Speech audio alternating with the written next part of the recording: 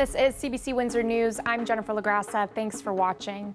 At a tech gathering in the city, NextStar Energy stressed that the company's EV battery plant is here to stay, despite weakness in the EV market and trade tensions. CBC's Dalton Chen has more.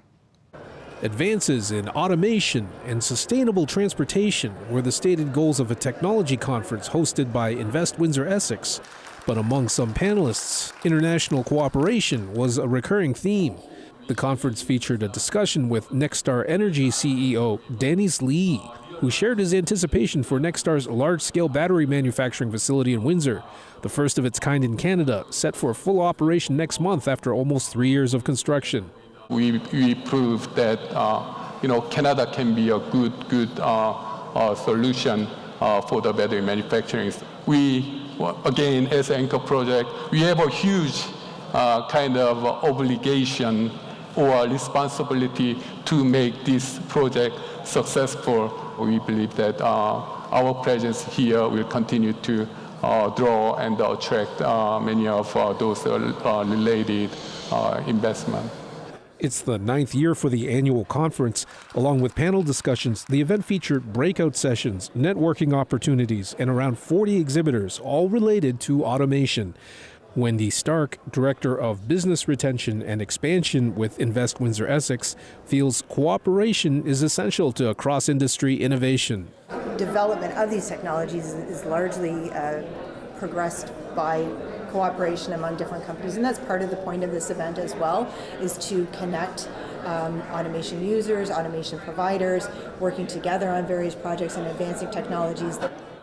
Dennis Lee highlighted NextStar's collaboration with Invest Windsor Essex on battery manufacturing training, further underscoring NextStar's commitment to the region and Canada.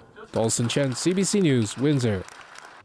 Windsor's mayor says he wants a 2026 budget with no tax increase. That means city staff need to find a way to maintain services without increasing the budget. This direction has been given to staff for years, which has some departments saying that there's no more money to save without some type of impact to services. But Mayor Drew Dilkens thinks it's possible. Overall, the total budget, we want to be at zero. And so not everyone will be able to get to zero. There's some pressures, and so it just means we have to ebb and flow. But we do that as an organization already. So every quarter we have to look at variances. We pull out variances. Some are over, some are under, and those things end up washing out at the end of the day. And so we look at the budget as from a holistic perspective, understanding that some additions will be made and there will be some subtractions elsewhere. We will find efficiencies in some departments. We will look at AI to implement in certain locations as well, where we can make improvements, where for the taxpayer's perspective, they're not going to see any difference in terms of service level.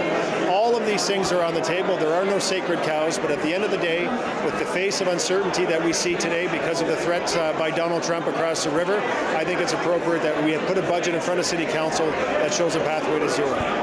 Budgets have been looked at in the past for a 5%, 10% reduction or a 0% tax impact. We've seen things like closing libraries. Does that show that these departments have already found everything they could? Well, part of this is also an internal exercise where, depending who you have running departments, they may not want to see any cuts in their department, so they put forward things that they know are unpalatable to the mayor and the city council. I think we're past that point in the exercise. I think we have a CLT, a corporate leadership team, who understands and respects the role that the mayor and council play, and they're looking for things other than major cuts like taking fire trucks out of service and closing libraries and huge things that would be unpalatable to the community. A LaSalle man accused of incitement of hatred is scheduled to have a bail hearing next week. Nicholas Amor appeared virtually in court from jail. Amor was charged with public incitement of hatred over the weekend. LaSalle police allege he promoted violence against Jewish people as well as police officers. In a separate case, London police announced that Amor is facing 4 charges, including assault and disguise with intent. It's in relation to his participation in an anti-war protest outside of a London convention center last week. The group Windsor for Palestine condemns violence, but they're also speaking in support of Amour, who sometimes attended their protests. The group's co-founder says Amour is being labeled as anti-Semitic when they say he has an issue with Zionism, not Jewish people. Amour will remain in jail until his bail hearing on November 6th. Colette Kennedy is here. Colette, what can we expect with the rest of the day? We have some changing conditions coming our way. You know, it was largely a nice day, a little bit breezy, but the temperature seasonal up to about 13 degrees. But then in these last few hours, we've had that increase in cloudiness, and you could just see off the screen there some of the moisture that's headed our way associated with this system that's going to be coming in and bringing us a widespread soaking rain. So that comes in tonight and lingers through the day tomorrow with some windy conditions. And that's why I've got this icon where it shows the rain almost going sideways. 6 degrees overnight tonight. Check out those winds. It will be breezy tomorrow. 10 degrees at best for that high. Some of this lingers into at least early parts of Friday, Halloween, but I'll give you all the details on that trick-or-treat forecast coming up. Thanks, Colette. A big weather story, Hurricane Melissa. It took aim at the Bahamas Wednesday as it continues its trail of destruction through the Caribbean. It made landfall in Cuba earlier in the day as a Category 3 storm, bringing catastrophic winds and flash flooding after slamming into Jamaica as the strongest storm on record to hit the island. Katie Nicholson has the details. Hurricane Melissa's path of destruction clear in Jamaica's morning light. Melissa trashed the island with winds that at times gusted 320 kilometers an hour. It was terrible. The wind, it was violent. It was terrible for all of us. I have a son here, and believe me, he was actually crying. The terror of the storm now over, the unprecedented devastation only just beginning to hit home. An unconfirmed number of deaths. Roads blocked by trees and debris. 77% of the country without power after large sections of the grid knocked out. Homes ripped apart. We still have to pick up the pieces and move on. To that end, multiple countries and organizations are ready to help, including the UN. I don't think there's any single soul on this island who's not affected by Hurricane Melissa. The UN estimates roughly 1 million people, a third of the population, will need some form of help. Some of the areas really remain unreachable in terms of getting resources there. We have serious challenges in terms of connectivity, so we cannot get the reports from those areas. Melissa went on to hit Cuba next. Rainwater crept up to doors in the dead of night and tore down trees and roofs. While in rain-drenched Haiti, at least 40 people died, many when a river overran its banks. Today, floodwaters linger. I'm living with kids, she says. I have nothing to give them. We wake up in the water, we sleep in the water. Long after Melissa pummeled the Caribbean, the misery from its damage will persist. Katie Nicholson, CBC News, Toronto. The Bank of Canada has lowered its key interest rate for the second month in a row. It was cut by 25 basis points and now stands at 2.25%. That's the lowest it's been since July of 2022. But as Anis Hadari reports, it's not likely to drop any lower anytime soon. Go Jays. Go Jays. Yes, go Jays. Thank you all. The Toronto Blue Jays are looking up, but interest rates are down, now 2.25%, a 25 basis point cut. It could be the last cut for a while. I hope our message is fairly clear today that, with this cut and based on this outlook, we think the current policy rate is about right. But we recognize there's a lot of uncertainty out there. The trade war with the U.S. is damaging the Canadian economy, says the central bank. Lowering rates can't fix that, but could help. Lower interest rates make borrowing and business investments cheaper. but go too low and inflation can spike. That's actually why they kind of went to said we're comfortable with where levels are today. In regards to lower interest rates in the Bank of Canada, inflation is the biggest risk. And by no means are we out of the hairs or the target of inflation. Recent inflation numbers were a bit higher than the 2% target, but for now, the bank says it could stay under control. And as tariffs slam some sectors, economic growth could be weak this coming year. So while it's not getting worse by some measures, the bank is cutting rates since the economy may feel sluggish. And it's kind of akin to driving along the 401 at 75 kilometers an hour, right? You're going forward, you're not in recession and going backwards, but you're getting past on the left and the right, and you don't feel like you're really moving like you should be. U.S. tariffs have Canada changing who it trades with. The Bank of Canada may not have tools to make that easier. Interest rates don't really have a big impact, but fiscal policy and capital spending and investment priorities probably do. Those spending decisions and priorities could come up in the federal budget next week. Anis Haidari, CBC News, Calgary. It's another big night for the Toronto Blue Jays with Game 5 of the World Series taking place in Los Angeles. And the two teams tied up 2 wins apiece. The Jays are gunning for another win with a whole lot of hometown fans in the stands. Jamie Strachan has more on that from Dodger Stadium.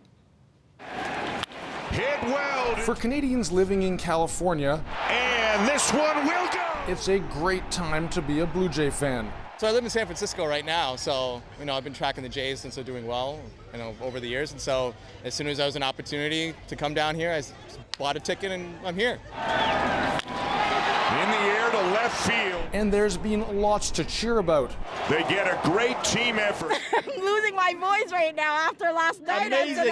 Amazing 6. Jays in 6. Jays in 6. Not quite the Rogers Center, but Blue Jays fans well represented. Tons, yeah. In our section, there was a lot of fanfare and a lot of support. We had some friends in the crowd, so it was all good. And the Blue Jay hats and jerseys sprinkled throughout Dodger Stadium haven't gone unnoticed. Just really cool to see that, and we appreciate the support. For sure makes a difference, having people in the stands behind us, supporting us, and hearing those Blue Jays chants are great. About 70,000 Canadians live here in California, the most of any U.S. state. For those not lucky enough to have a ticket, this West Hollywood restaurant has become the de facto headquarters for expat Blue Jay fans. Let's go! Let's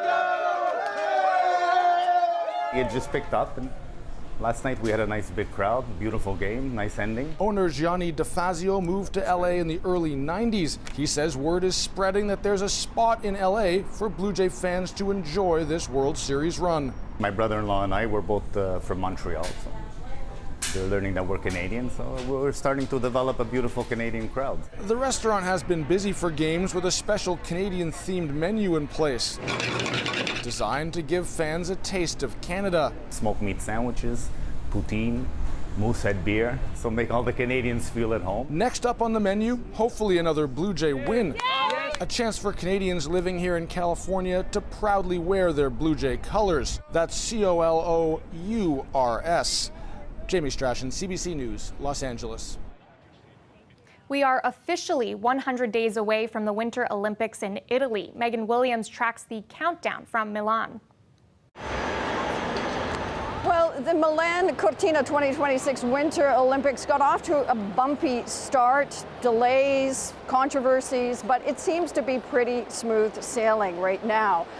The main new hockey rink, which will soon become a concert venue after, that's where the men's hockey will be held, is almost complete here in Milan. There's also a separate rink for women's hockey. These events are going to take place in Milan, but there are 2 hubs in this Winter Olympics here in Milan and also in Cortina d'Ampezzo, which is an alpine town about 400 kilometers away. This Olympics is the most spread out in Olympic history, over 22,000 kilometers. That's 4 different Italian regions that are hosting this Winter Olympics. In Cortina d'Ampezzo, that's where the bobsled track has been constructed. They weren't even sure if they were going to get that done in time. They were talking about holding it in Lake Placid, but it is done and dusted and even came in under budget. There's also a curling rink, so Canadians can tune in and watch the curling from this beautiful alpine town. Ticket sales are strong, 800,000 sold so far, and the excitement is building here in Milan and across northern Italy. Megan Williams, CBC News, Milan. I look outside, I can't believe we're almost in November. We're gonna have more news coming up, so stay with us.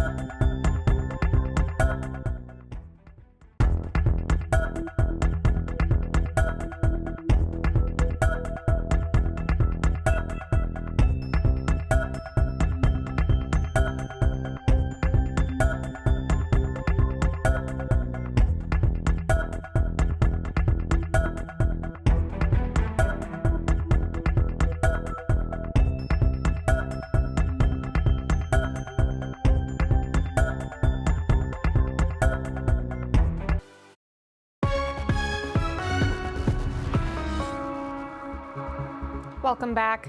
The trade tension between Canada and the U.S. led to the American ambassador to this country losing his cool. At a gathering in Ottawa, witnesses say Pete Hoekstra cussed out Ontario's trade representative.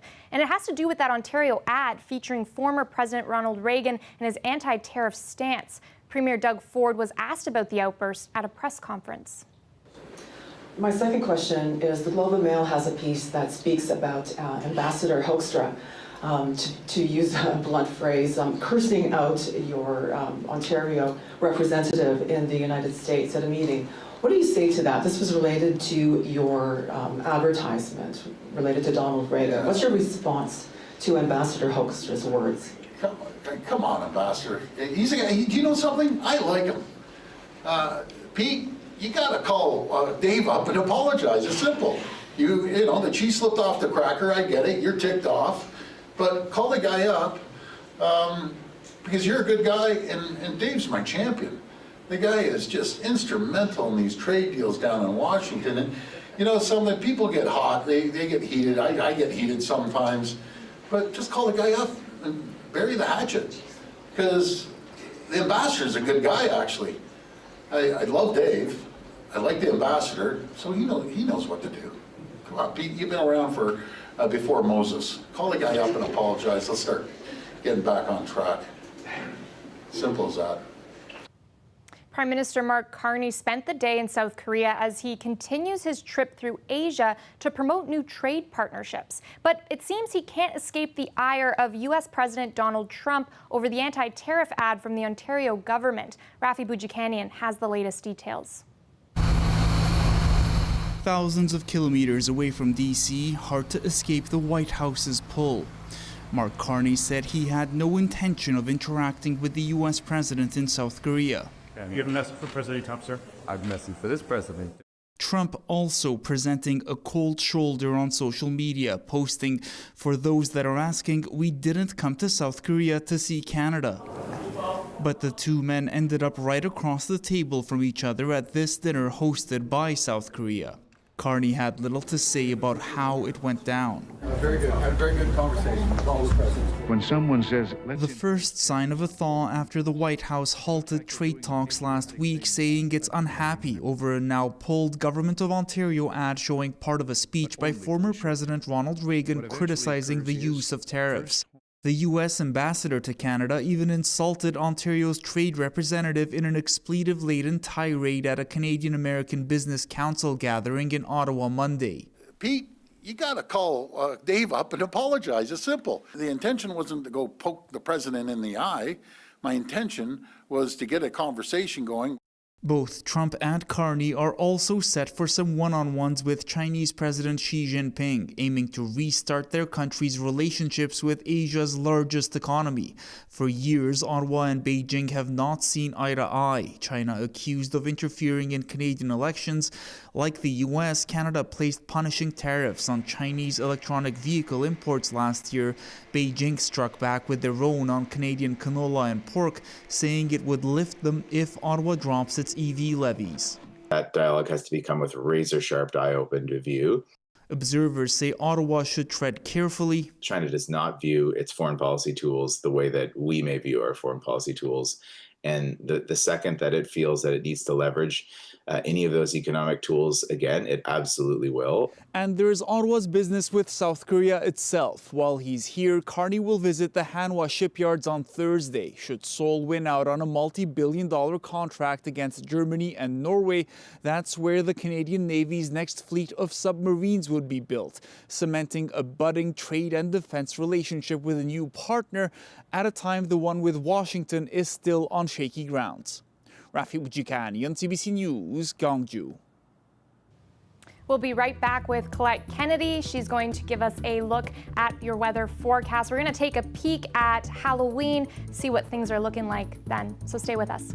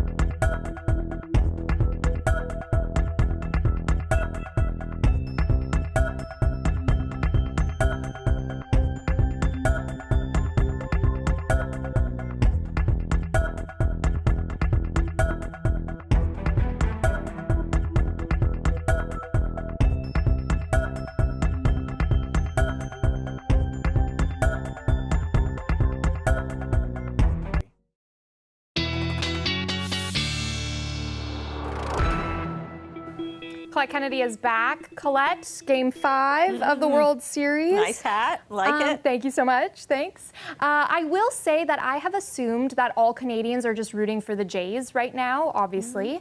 But I actually did speak with someone today in Windsor who said that they are a Detroit Tigers fan through and through. They feel nothing for the Jays, and they watch the games in silence. And I was amazed. Fair enough. You know what? I'm okay with that.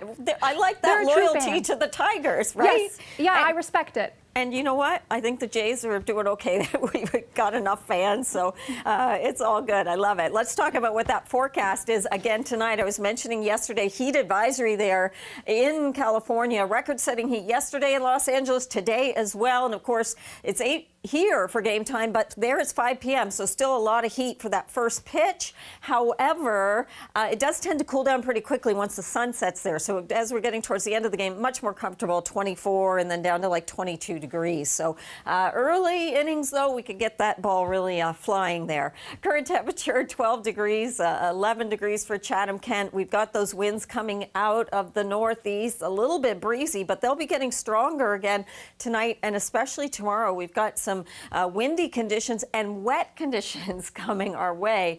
And in terms of a special weather statement, it's in eastern Ontario for the rainfall amounts, but still we've got those, what will start as some lighter showers, but then get into some of the soaking rain that's coming here. Now, although Hurricane Melissa stays well off the coastline, some of the moisture from that is playing into this, and that's why some of these rainfall amounts will be enhanced. So in eastern Ontario, it's 30 to 60 millimeters. I think there will be some wet trick-or-treaters on Friday night. Here, the timing is a little bit better. So really very soggy on Thursday, but by the time we get to Thursday overnight, it tapers off to some showers, still a few lingering bands through here, but Friday it's mostly cloud cover, and then even that will start to dissipate as we get through the day. It will still be breezy, however, for our trick-or-treaters, so kind of be aware of that it could have a cooler feel, even if the temperatures aren't that chilly. Rainfall amounts 20 to 30 millimeters possible in there. So 10 degrees for that high tomorrow, 12 degrees. The weekend, not looking too bad. I think you might agree, and I'm just going to step off here because since you have your hat, I feel like I better get into my gear as well for us. Go Jays. Thanks so much, Colette, and thanks everyone for watching. Have a great night.